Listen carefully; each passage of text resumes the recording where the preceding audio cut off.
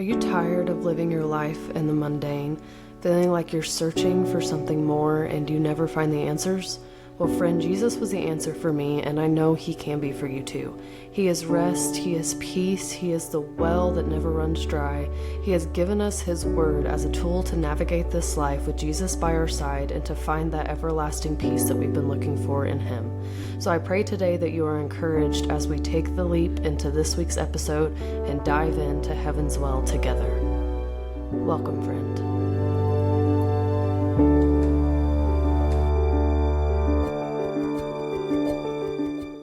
Hello and welcome to another episode of Heaven's Well podcast. This is episode 4, y'all. Oh my goodness. What is happening? It's so insane that I am doing this. I feel like I say that every single week, but I still feel that way. And so I'm going to keep saying it, I guess, until I don't. But I think I'll always feel that way just because I never saw this as my plan. I never saw this as what I would be doing or where He was taking me, but I am so ecstatic about it. He is moving in my life so intensely and so specifically and intricately, and I hope He is for you too.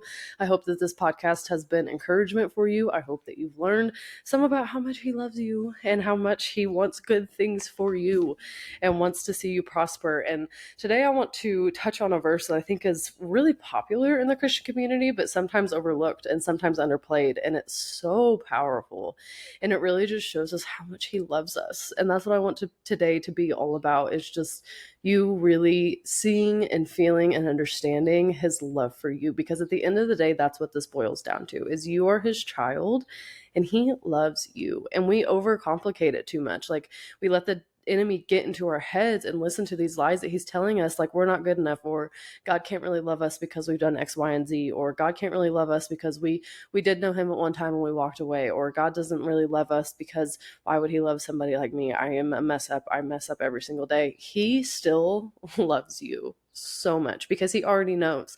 He knows what you've already done. He knows what you're going to do. You don't even know. You don't even know the things that you're going to do in 10 years, and He does. And He still chose to die for you, and He still chose to love you, and He still continues to every single day. But there's evidence of that all over the scripture, and there's evidence of His love for us and how much He really does love us, and why all of this has happened, why there's an earth, why there's creation, why there was Adam and Eve, why He died on the cross. It was for us. It was so we could be in heaven with Him eternally, because He wants us there.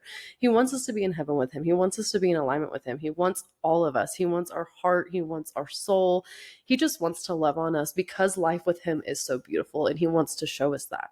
Life with Him is peace. It is joy. It's like the intro of this podcast. It's all of those things. Truly, it truly is. But again, it gets so clouded by everything that we face every day that we forget that and we lose sight of it. And then we're stuck in this chaos and this jumble of work and family and life and husbands and wives and everything that comes at us every single day, and we get so just jaded by it and worn down by it. And that's the enemy's tactic, right? He comes to distract us. He comes to pull us away from God. So if he can get you irritated with your kids, if he can get you irritated with your job, if he can have you walking in the door at the end of the day all out of nonsense and all out of whack, he's won. He's done his job for the day, because he's kept you from God. He's kept you from the Spirit. He's kept you from seeing all that God had for you today. God is a God of details. He has such an intricate plan every single day for you. He tells us in the Bible, do not worry about tomorrow, for tomorrow will bring enough worry of its own. Focus on today, because today there's miracles in store for you. Today I have miracles in the details for you. But if you're not watching and looking for it and seeking me, you're going to miss it. And how many days have we gone where we didn't see the details of God?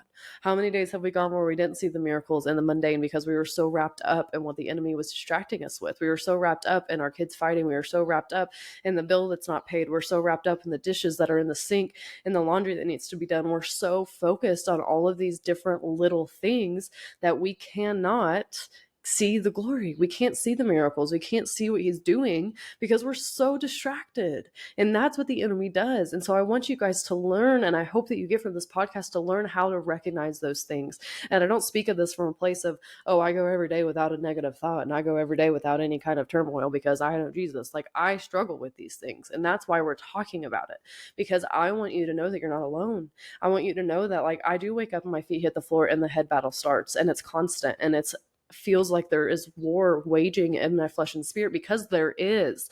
It is talked about it in the Word of God, but because I have Jesus, I'm able to overcome it. What do I do in those moments? I go and I spend time at the feet of Jesus, and I start my day saying, Spirit, guide me today, lead me today. This is your day.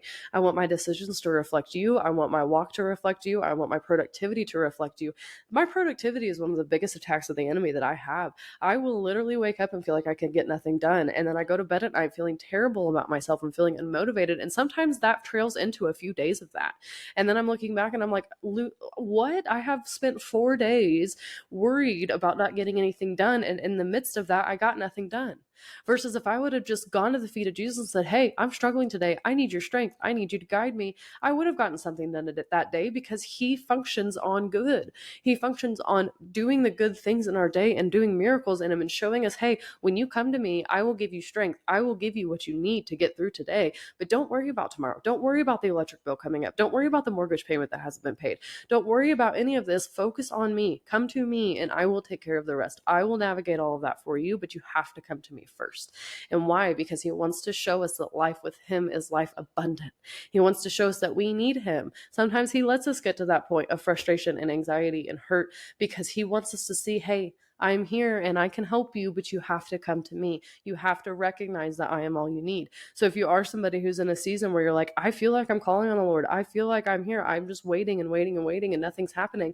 What's he trying to teach you? What is he trying to show you? What is he asking you to get rid of to put him in place of, right? Like, what is he trying to show you that you can let go of so that he can fill that spot for you? Like we talked about last week, trying to shove a round peg through a square hole. He can fill that void for you, but only he can fill that void for you.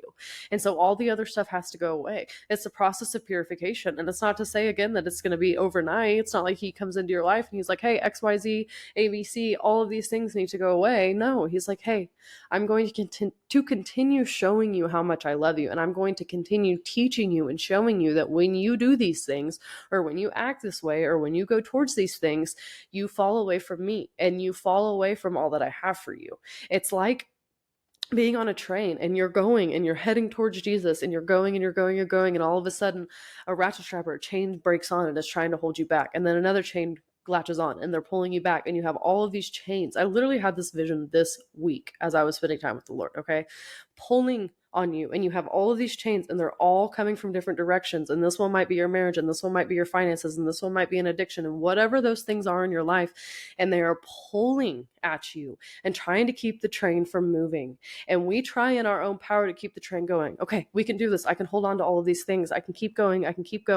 I've got it all. I can handle it all. I've got Jesus. I'm going towards Jesus. I'm spending time with Jesus, but I'm going to bring all of this stuff with me. The train can't get to the station. It can't get there because of all the chains holding back. And what he's trying to show you is, hey, I can break them. In a snap of a finger, they're all gone and we are skyrocketing into kingdom. But if you don't allow me to, and if you don't walk in it, then I can't do anything. I can't take you there because they can't come with you. Those chains cannot come with you. They cannot come to where we're going, and they have to be broken off. They have to go away before we're going to get there. Guys, I'm speaking to myself right now. Like, this is Spirit speaking through me. I want you guys to know, like, this is not, I'm not reading anything. This is not coming from something I've prepared. This is the Spirit talking. He wants somebody to hear this. He wants me to hear this, because he knows that what's on that other side of that train station is beauty and it's power and it's magnificent and it's freedom. But all of the things that are holding you back, that you feel like you have to hold on to because he's not enough, quote unquote, you have to let those things go, because he has the power to break them, but he can't break what you're holding on to. He can't break what you keep coming back to. You have to allow him to break it and leave it. And leave it and go and soar and fly into the kingdom and fly into all that he has for you, because it is beautiful and it is magnificent and it is holy and it is powerful. But it takes you deciding, hey, I've had enough and I'm ready. I'm ready for you to be all that I am. I'm ready for you to be all that I need. And that's when he moves. That's when he can do so much with your faith. That's when he can take everything that you are and he can transform it, and he can say, all right, baby girl, let's go. Let's do it, because you're willing to give that to him. You're willing to say, hey, I don't need these things anymore. You can't play battle with the flesh. You can't play battle with the Spirit. You can't have both. You have to decide. You have to decide, what do I want and what do I really want my life to look like? Because if you stay in that middle ground, and I've had so many seasons where I've stayed in that middle ground and I've given him part of me, but not all of me, right? And I fight and I fight and I fight and I fight. And what does that leave me with? I still have Jesus, but I also have a lot of guilt and a lot of shame and a lot of sin and a lot of frustration with myself and a lot of self-doubt and a lot of pity on myself, because I know that I'm not doing the things that he's asked me to do. I know that I'm not letting go of the things that he's asked me to let go of, right? Again, I still struggle with this stuff daily, guys. I still battle these things because I want that full life with him. I want that train station flying into kingdom. I want all of that, yet our flesh pulls. There's chains. It pulls and it pulls and it pulls, and every single day we face that because the devil doesn't want us going there, because once we go there, that's when we're built. That's when he doesn't have a play anymore. He doesn't have a tactic anymore, because we know I don't need anything other than God. And when God is the only thing and he is the only one at play, there's nothing but good to be had. There's nothing but joy to be had. There's nothing but peace and fulfillment and prosperity and happiness, even on earth, even when things are hard, even when life struggles come our way. It's not to say that your life's going to be perfect, because it's not. It says that in the Bible. We are going to have hardships. Right here, James 1:17, every good and perfect gift above coming down from the Father of heavenly lights, who does not change like shifting shadows. He chose to give us birth through the word of truth, that we might be a kind of first fruits of all he created. He is good. He is perfect. He comes down as heavenly lights. He does not change like shifting shadows. But it also says in verse 2, consider it pure joy, my brothers and sisters, whenever you face trials of many kind, because you know that the testing of your faith produces perseverance. Let perseverance finish its work, so that you may be mature and complete, not lacking anything. If you do not go through the trials, if you do not go through the tribulations, if you do not go through the lessons and the hardships and all of it, you cannot be built. That's when your faith is tested. That's when you are tested. That's when you are built. That's when he shows you how much you need him. And so don't think that, hey, things aren't going to happen. You're going to have seasons. You're going to have things that happen. But it says in James, consider it pure joy, because it is going to build you, because it is going to grow you, because it is going to put you into a new season of your life where he is going to flourish even more. He is going to show you even more miracles. He's going to put so much into you because you're allowing him to, because you're willing to walk through these seasons and through these trials and through these hard things and through these tribulations, knowing that he has good plans, and that even though we're going to struggle on earth, even though we're going to suffer on earth, he has good plans for me and he loves me. And the end goal is heaven, right? The end game is heaven. The worst comes to worst, we die, we go to heaven, right? So there's no negative after that point. Like, we are in alignment with him. We are happy. We are joyful. We have peace, and nothing that comes our way can sway that. Not to say the devil's not going to try, because he is. He's going to try. And he's going to keep bringing in those same tactics and bringing in those lies. But the more you grow and the more trials you go through and the more your faith is built, the easier it is to stand against that. And the easier it is to say, no, I recognize this voice and I know it is not from my dad. I recognize this voice and I know that it is not of God. I recognize this version of me and I realize that this is not who I am anymore, right? You start to not recognize the person you used to be. I'm in that season right now. I look back on seasons of my life and I'm like, I don't know that person. I don't know that person, because that person didn't have Jesus. And this version of me now is still molding. It's still being purified. It's still growing, but I'm going towards him and I'm putting him first, and I'm choosing him even when my flesh says no. I'm choosing him even when my flesh says, stay here, stay here, stay here. You're comfortable here. Don't do it. Don't do it. Don't start that podcast. Don't go do that thing. Don't. I'm saying, no, I know that he has good plans for me. I'm terrified. I'm scared. I have doubt. I have fear, but I know that he has good plans for me. And I know that he's calling me to this. And I know that with him, I can do all things. And I know that he is not going to leave me high and dry. I know that he's not going to leave me down. He's not going to leave me into this new season and then just bye, have fun, figure it out. No, that's not how it works. He loves you and he wants to carry it through, but it's not going to come to fulfillment until you're ready. Until your heart is ready, until your character is ready, until you know without a shadow of a doubt that he is all you need. That's when he can work. And I'm not saying that everybody's life is going to look the same. I'm not saying everybody's journey is going to look the same. And I'm not trying to call out God's plan on your life by no means, but what I'm trying to show you is that he cares. And whatever you're going through, whatever you're dealing with right now, he's going to use it for glory. He's going to use it for good. And he's going to build you in the process and bring a testimony out of this, because he loves you so much, because he cares about you so much. He wants to show you that He wants to show you that, but he says, hey, first you have to see me. First you have to see me. I was talking to a friend a couple weeks ago, and she was saying, I just don't feel like I hear God. I don't feel like I see God. I don't feel like I'm in that place with him. I'm trying. I'm going through my day, but I know God. I don't feel like I see him. And she was talking about all these things she's frustrated with, right? Like life and kids and husband and all of the above. And I didn't say it at first, and I felt in my spirit that I should have at the time. The Lord said, did she look for me though? She was looking at all the chaos. She was looking at all the negative. She was looking at the kids and the husband and the job and all these things that were causing her frustration. But did she look at me? Did she look to me? And I should have said that in the time, and I ended up going back and talking to her about it because I felt such a pull on the spirit to say that to her because it's so true, guys. Like, are you looking to him? Are you going to him when you're at that place? When you are at the point where you're about to scream because you are so frustrated in whatever you're doing, are you saying, Lord, I know that I'm frustrated. I'm bringing this emotion to you because I am frustrated right now. And I know that you recognize even when I have negative emotions. I know that I'm allowed to have these emotions. You give me free will, but I need you to step in right now and intervene and give me your peace because I don't want to react as my flesh would. I don't want to scream at my kids. I don't want to yell at my husband. I want to react as Jesus would react. So will you come in and meet me here and help me? And I promise, friend, he will. But you have to be willing to let him, right? We can't be stubborn. We can't be like, okay, I said my prayer, but I'm just so mad. I just can't believe they did that. No. If you want this and you want that full peace and that full joy and that happiness, then look inside of yourself and say, hey, where am I slipping up right now? Where can I pull back and say, hey, I let my flesh overtake. I'm recognizing it. It's okay. He still loves you. He just wants you to realize it and come to him and be willing to change, right? And to be willing to say, hey, I know that wasn't how I should have reacted. I know that's not what I should have done, but I'm going to come to you and I'm going to say, I love you. And I ask for forgiveness and I ask for you to change my heart and I ask for you to make me new. And he will, because that's what he wants for you. That's what he wants for you. He loves us. He loves us so much. Okay. So the verse that I was talking about at the beginning of the pod, whenever I first read this verse as a kid, we all learned this in school. I went to a Christian school my whole life. I've had this chapter of Psalm memorized for probably my entire life. By the time I could memorize things, at least. Psalm 23 is so powerful. And I've never really read it and put myself in the shoes of the writer in a way. And so I want to do that. And I want to explain to you guys just how exciting this chapter is and how much he loves us and what he truly wants for us. Okay. So the first verse of Psalm 23, the Lord is my shepherd. I lack nothing. I lack nothing.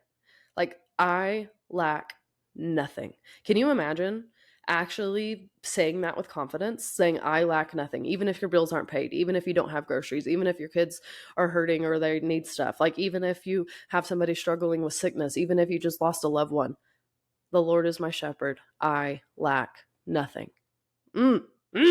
He makes me lie down in green pastures. He leads me beside quiet waters. I don't know about you, but if I was walking down a green pasture and laying by quiet waters, I would not be stressed. Like, I don't know how you can be stressed in that situation because it's just peaceful. He is peace. He is green pastures. He is quiet waters. Like, he is that peace that just like, I'm happy. I'm peace. I feel peace. Like, that is what this is saying. It's not just like, oh, read over it, memorize it, move on. No. He is all that you need. You lack nothing. He takes you to quiet waters. He takes you to green pastures. He refreshes my soul. He guides me along the right path for his name's sake. He guides me along the right path for his name's sake. That's not just meaning when you're walking through a forest, friends. That's talking about your life. Your life. He guides you along the right path. Even though I walk through the darkest valley, I will fear no evil, for you are with me. Your rod and your staff, they comfort me. Even though I walk through the darkest valleys, even though I deal with hard times, even though I deal with loss, even though I deal with fights and frustration and bills and brokenness and hurt and envy and all of the things that we face as Christians and as humans, he is with us and he loves us and he will keep us safe. We do not have to fear. It says, you prepare a table before me in the presence of my enemies. You anoint my head with oil. My cup overflows. Surely your goodness will love and follow me all the days of my life, and I will dwell in the house of the Lord forever. Guys, he wants this for us. He wants this for us. He wants us to dwell in him. He wants us to be in that place with, he wants to take us by the quiet waters and to love on us, but we have to be willing, right? We have to be willing to go to him. I want to read one more thing to you guys. And this is my journal that I've had for quite a while. I've had it for a while now. And I write in it almost every morning. There's a lot of mornings that I don't, but most mornings I try to get in here and write in it. And this is back from February of 24. So this was a few months ago. And when I tell you guys in the last 6 months, I have been on some intense transformation. I've been on some intense transformation the last 6 months. And he's been revealing a lot of things to me and a lot of the schemes of the devil and a lot of the tactics of the enemy, because I needed to be aware of that, because there is an attack all the time as far as like me trying to get to this place of starting this podcast and starting my business and, spreading the love of Christ and doing all these things. It was scary for me at first. It still is some days. And so I had to recognize and I had to see what the devil does and how he moves in my life to try and fight against that, and not to try to, because I have Jesus. I don't have to try. He does it for me. But to learn that I need him to fight the enemy. I need him to help me win this war and to win the war, because he is the ultimate victor, because I cannot do it on my own. And I didn't even realize the hold that the enemy had on me for so long. Like I wasn't in recognition of that. I was literally just living my life. And I didn't think that that was anything bad, right? I didn't think that I wasn't a bad person. I wasn't stealing. I wasn't, doing anything bad. I wasn't murdering, but I was living my life lukewarm. And that was the attack of the enemy, distracting me and pulling me away from all that God really, really had for me. And this process of stepping into that has also been very hard, because I faced a lot of adversity doing that, because the devil doesn't want me to do it, right? He doesn't want me sitting here in front of you guys. He doesn't want me talking about Jesus. He doesn't want me sharing my testimony, which I'm going to do in a few weeks. He doesn't want it. He wants us to be in that place of just solitude and thinking that we can do it all on our own, and thinking that we've got this figured out and we don't need no God, and having all of the fun and the frill and everything that the world brings, and then never even recognizing that we need a savior, and then we die and we end up spending eternity in hell. Like, that's awful. He's not. I don't like him. So back in February, I wrote this little insert, and I read it this morning, and it really it almost brought me to tears, because it just shows, even in the last 4 months, how much I've grown and how much he's taught me. And that I was still kind of dealing with the same stuff 4 months ago. And there's been a long process of purification that I've gone through and I'm still going through in this journey that I'm on. And I want to be very transparent with you guys. And I don't want you to ever, ever, ever feel like I'm coming at you from a place of I'm better than you, or I'm, smarter than you, or I'm a better Christian than you, or he loves me more than he loves you, because it's just simply not true. He has a very specific and very just intimate relationship with me, because he's my dad and he loves me and I love him so much, like so much. But he also has that with you. And that's what's so cool about him, is that as much as he loves me and how specific he moves in my life and how intricate he is with me and how he speaks to me and how he loves on me and how he brings me to my knees and I raises my hands above my head and I'm just bawling my eyes out because I love him that much, he loves you that much too.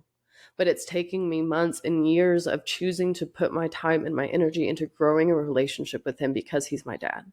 And because I love him, because I want all that he has for me. And not just because I want to get something out of the relationship, but he gives me so much joy and he gives me so much fulfillment and he gives me so much peace. He created me. Like, guys, he created me. He built who I am. My body, my personal imaging, my face, my hands, my arms, my legs. But not only that, he created my soul. And my spirit longs for him. And he created the intricate parts of my character and my personality and who I am and how I speak and how I carry myself. And it's so cool when you start seeing everything from a spiritual perspective, because it makes him that much more magnificent and gives him that much more glory. I mean, down to the blades of grass on the earth, down to the sky, down to the clouds. Like, he is so detailed. He is so cool. He's so cool. He's so cool. Okay. So I wrote, I am not where I want to be, but I'm so much further than I was. I know this isn't going to happen overnight, and I know there's many lessons to be learned through the process. I love you tremendously, and thank you for who you are and all that you're doing. I feel the warfare. I feel that I'm making him mad, and I love it. He holds no power over me and my family. We worship you, Lord. You are deserving. You are magnificent. You are all we need and all we will ever need. Thank you for this journey. Thank you for transformation. Thank you for loving me enough to not leave me stuck. I love you. Like, I'm trying not to tear up right now. Guys, this is not an overnight thing. It can be, But after that overnight happens and you meet Jesus and you fall in love with him, there's a process. There's a process of ridding yourself. There's a process of saying goodbye to the things that you used to love, that you used to do all the time, right? There's a process of becoming the woman or man that God has called you to be. But the cool part about it is that he loves you enough, and his grace is overflowing, and his mercy is new every day, and he will walk you through it, and he will carry you through it because of how much he loves you. And it's not because he doesn't want you to have fun. He wants you to have the fullest life. He wants you to have the funnest, if you want to use the word that's not a word, life. He does. That's what he wants for you. But he knows that all that the world offers is not it. It's not going to fulfill you. It's not going to fill your cup. It's not going to bring you joy. It's not going to bring you peace. It may for a time. It may for a very temporary moment, but that moment's going to fade. And then what are you left with? Shame, guilt, anxiety, depression, fear, doubt, all of the above. All of the above. And so what do we do from there? We just go to him. It's quite simple, actually. It is. And that's another big thing that he's teaching me here recently, is it doesn't have to be that I go and do all the works and that I work from 7 a.m. to 9 p.m. every day for him to be proud of me. And I, do all the check boxes and I follow all the rules. It's simple. He wants my heart. He wants me to come to him every day and to let him lead me and let him guide me, and for me to continually do that. And he takes care of the rest. He handles the purification moments. He handles the deliverance. He handles getting you to that version of yourself and the process that's becoming of that. Everybody's timeline is different. Some it might be 2 years. Some it might be 6 months. Some of you might have been in a waiting period where you're waiting on God for 10 years. You don't know, and I don't know. But that's the beauty of it, is that we don't have to fear. Do not worry about tomorrow, for tomorrow brings enough worry of his own. Do not worry about if it's going to happen tomorrow. Do not worry about if the check's going to come in 2 weeks. Do not worry about if it's going to happen in a month. Do not worry about if you're going to get pregnant with that child that you're craving for so bad tomorrow or in 6 months. Do not worry, because he's already taken care of it, and he knows what's best for you, and he knows the desires of your heart. It also says in the word that he will fill the desires of our hearts, but that doesn't mean that he's just going to give you all these blessings and then not expect you to do anything in return. What kind of relationship is that? We talked about that last week. This isn't just a one-sided thing. This is us showing up every day and saying, Lord, I love you. I need you. I want to honor you. And then obeying him and honoring him by obeying him. And when he asks you to do something, doing it. He will speak to you. You will hear his voice. He loves you so much. He is the same God that created the earth. He's the same God that had Adam and Eve in the garden. He's the same God that parted the sea for Moses. He's the same God over and over and over and over again. Guys, he loves you. He loves you. And he wants to do miracles for you. He's not a God of no more miracles just because Jesus died on the cross. He still does miracles. He does miracles in my life every day.